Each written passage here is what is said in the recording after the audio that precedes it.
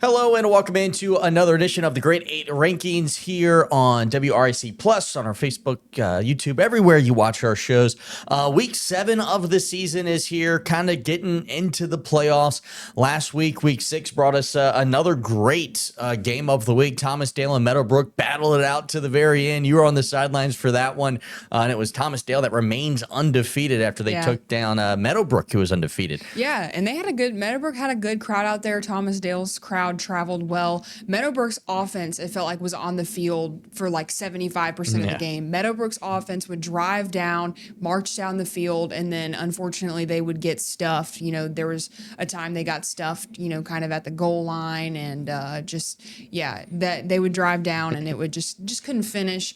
But Thomas Dale's defense really kept them in this game. Their offense, you know, converted when they needed to. It was a good one. Thomas Dale comes out undefeated still, and they're going to be one to watch for sure. All right, let's take a look at your recap from last Friday's 8Sports Blitz Game of the Week. A Central District showdown between the Thomas Dale Knights and the Meadowbrook Monarchs. The defenses went back and forth all night with turnovers and big stops to control this game, and ultimately it was the better defense that kept their team undefeated tonight. An early safety for the Knights puts them up 2-0. Meadowbrook punts after that, and it's Thomas Dale driving. Wyatt Jessup airs one out to Daniel Lewis, and it's caught. He makes the defender miss to get it to the house, and he is pumped to extend the lead to 8 for Thomas Dale. And don't sleep on his moves either. On the next Monarchs drive, Chisholm takes the snap, looking for an open guy, and it's Anthony Brody who makes the catch and gets it into the 1.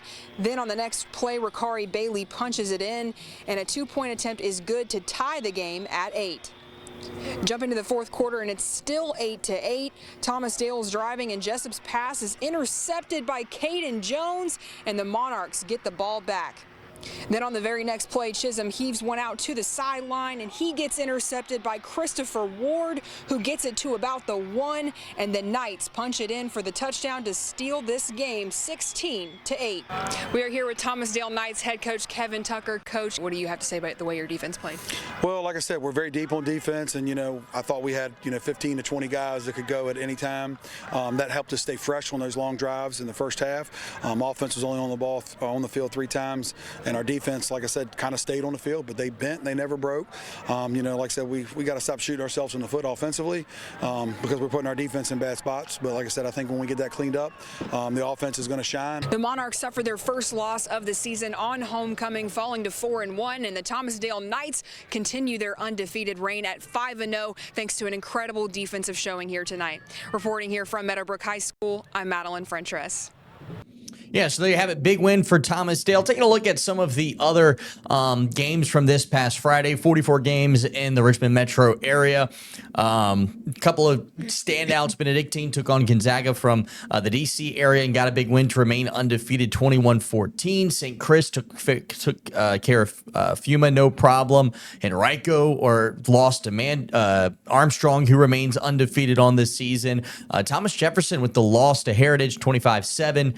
Taking a look at some of these other scores, Powhatan had an incredible game against James River. I was hoping to have time in our show on Friday night to show the final play of the game, but we were unable to. Powhatan was taking on James River. James River was on the 1-yard line with the last play of the game and got a goal line stand to walk it off at home against James River, who's got a really good team this year.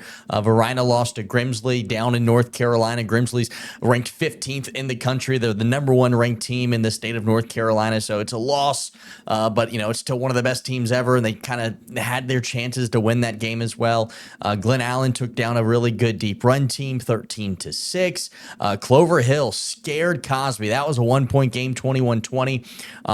And Huguenot with an easy win over LC Bird. They looked dominant in that one, 28-3. Taking a look at some of these other scores, the Thomas Dale game that you were at. Just a really great week for high school football. Petersburg had a battle against Matoaca, 22-17. Louisa County looked really good with their win on the road in Charlottesville. And Manchester, man, they're a team to look out for. A blowout win over Midlothian, 43-0. And with that brings us to our rankings, and Madeline's going to take us through this week. Yeah, we got a little bit more movement this week, but not at the number one spot. Benedictine will stay at number one. They're undefeated 6-0. We haven't had a reason to move them down yet, so they're staying there. Yeah, that's exactly right.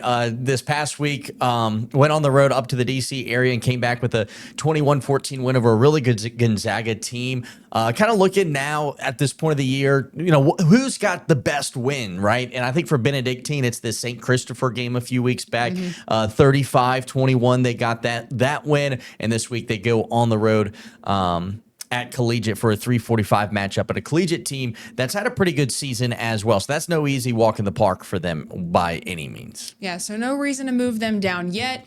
And Dinwiddie is moving up one spot to number 2. They got a pretty good win this past week as well. Yeah, they took down a Hopewell team at home, 42-7. They move up one spot from that number 3 spot. Because they've been playing really good, and they probably have the best win of all of our area teams, taking down Highland Springs 28-21 back on September 12th. And since then, their defense have shown up. A shutout win over Salem, a shutout win over Matoaca, and held Hopewell to just 7 points. That game against Highland Springs, who we think is really good, is the only time that they've given up more than one score. This week, they will travel on the road. They're hosting Petersburg in what's going to be a pretty interesting matchup. Petersburg with just one loss this season. This very much probably could have been our game of the week. In fact, it was one of the options to vote for, but it was edged out by a different matchup between Glen Allen and help me out. Godwin. Who's talk about that later as well. Facing off this Friday night. But interesting matchup against Petersburg. Petersburg's got a bad loss to Southampton, but they've managed to win games, and that's what really matters. But as for Dinwiddie, moving in at number 2 after their 6-0 start to the season. Absolutely, and then that brings us to number 3, Manchester Lancers. They moved up one spot from last week as well, from number 4 to number 3. They got a shutout win, like you said earlier, over Midlothian. Would you say 43-0? Is that what the final score was? Yeah, 43-0 this past week. Maybe that's their best win. I also have, their matchup that they had against Glen Allen earlier in the year, a 25-22 showdown, which was our game of the week, which, one of those great games that we've seen this year.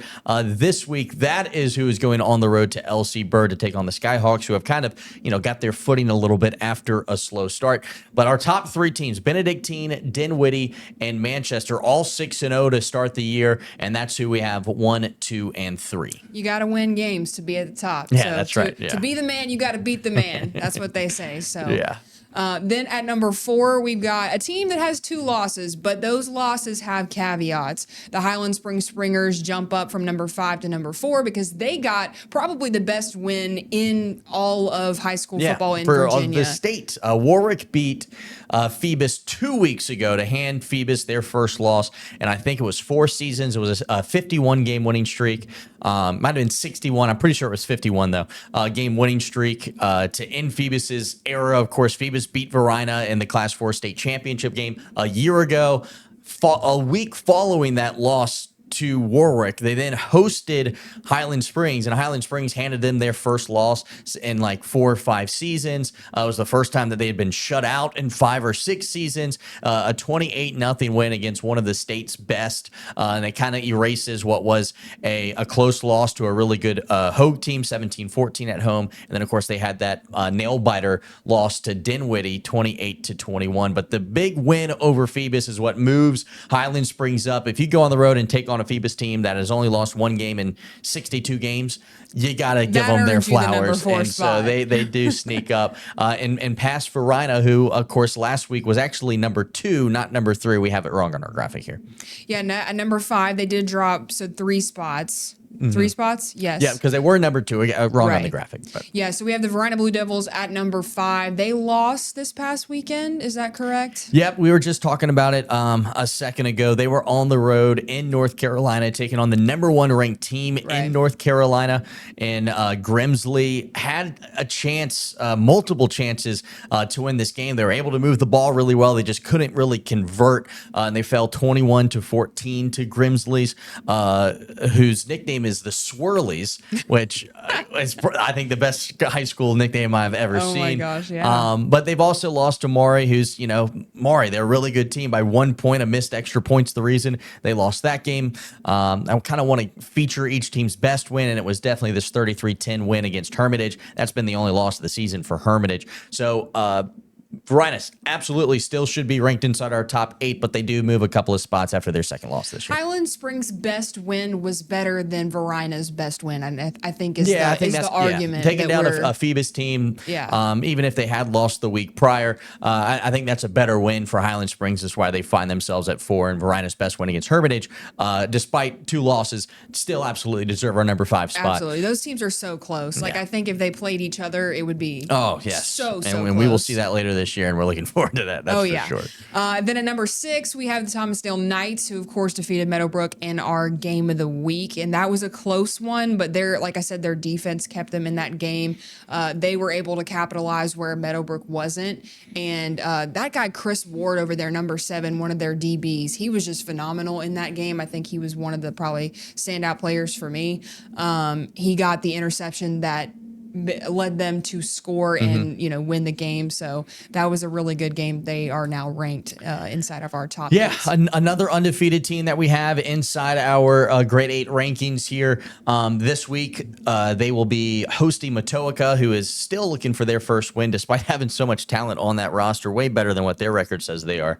But coming off of that win over Meadowbrook, their best win this year, probably that win over Meadowbrook, but also you got to think back to that game early in the season when they took on Glen Allen and got a close win, 14-8. They've also managed to, shut out LC Bird this year.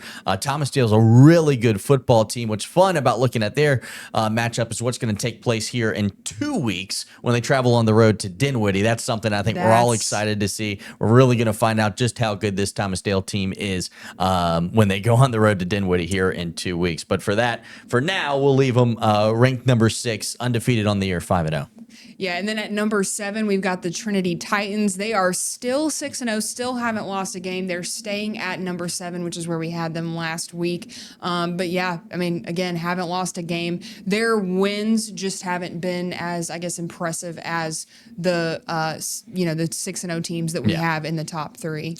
Yeah, this past week, a 41-0 win over Anacostia. Their best win this season was week 1, actually, which is turned out to be a pretty good win for Trinity. North Cross has only 1 loss all season, and that was their closest matchup, a 36-28 win for them. And since then, their defense has just been incredible, 40-8 to nothing, 47-42-0. I mean, they've been really good this year, and I think we really get a good idea of how good this Trinity team is. Can they be the team that competes for the state championship this year in the VISAA Division 1? It's going to be one of these 3 teams, I think. St. Christopher's, Benedictine, or Trinity. And the next 3 games for Trinity, we're going to find out quick just how good they are, because this is a gauntlet at St. Chris, at Glen Allen, and then hosting an undefeated in our number 1 ranked Benedictine Cadets to end the year on that Saturday at 1 o'clock. So excited to see what the next few weeks brings. This week, though, they, of course, are on the bye. All right, and then at number 8, rounding out the rankings, we had the Louisa County Lions. We had them at 8 last week. Like we said last week, they have one of the best running backs in the country in Savion Hyder. They haven't lost a game. They're 5-0. They've already had their bye. So they're not 6-0 yet, but we're thinking that they will be this week. Yeah, they. I don't see them losing a game. I mean, you look at their schedule and the talent they have on their roster. It's going to be hard to stop Louisa County this week. They will be hosting at Goochland at Louisa County, so that's a big rivalry matchup. Goochland, obviously, one of our teams in our region as well.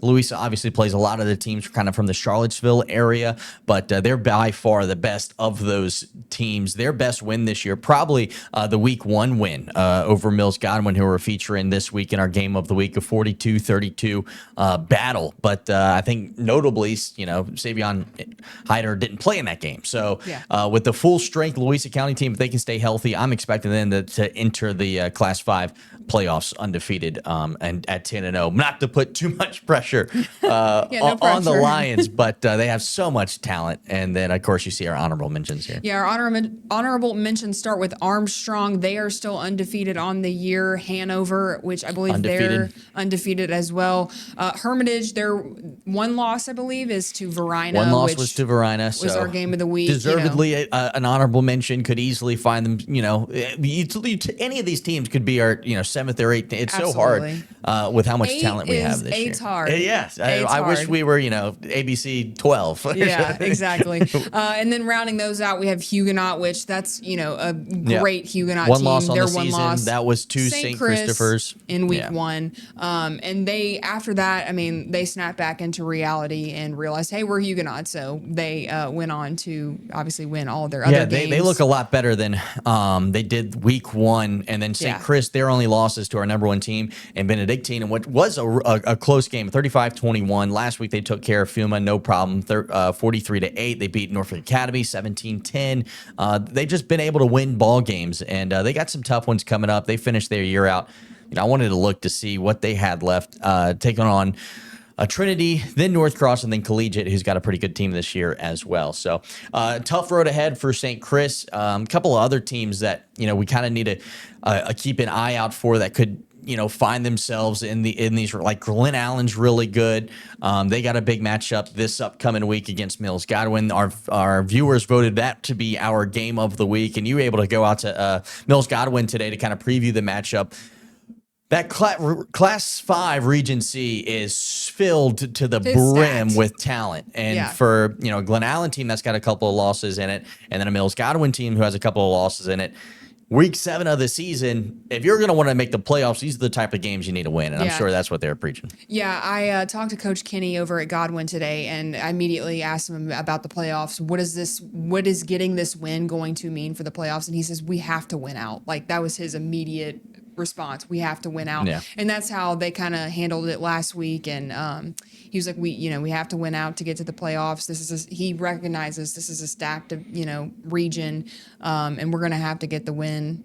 They haven't beaten Glen Allen since 2021, I think is what I read. So it's going to be a battle this Friday, but he says we got to win out. So looking forward to your coverage on this Friday night. Be sure to tune in to the Blitz at 11:15. We'll have the highlights from obviously our game of the week with Madeline, and then all the other scores and games. A pretty light week this week as teams kind of start to get their bye weeks. Not as many matchups, but we're gonna have the highlights from all the ones that you're looking for. And if you weren't able to tune into the Blitz last week, here's a look at last week's top lights. We'll see everybody next week with the Week 8 rankings. Good night, everybody. We'll see you Friday night on the Week 7 edition of the Blitz.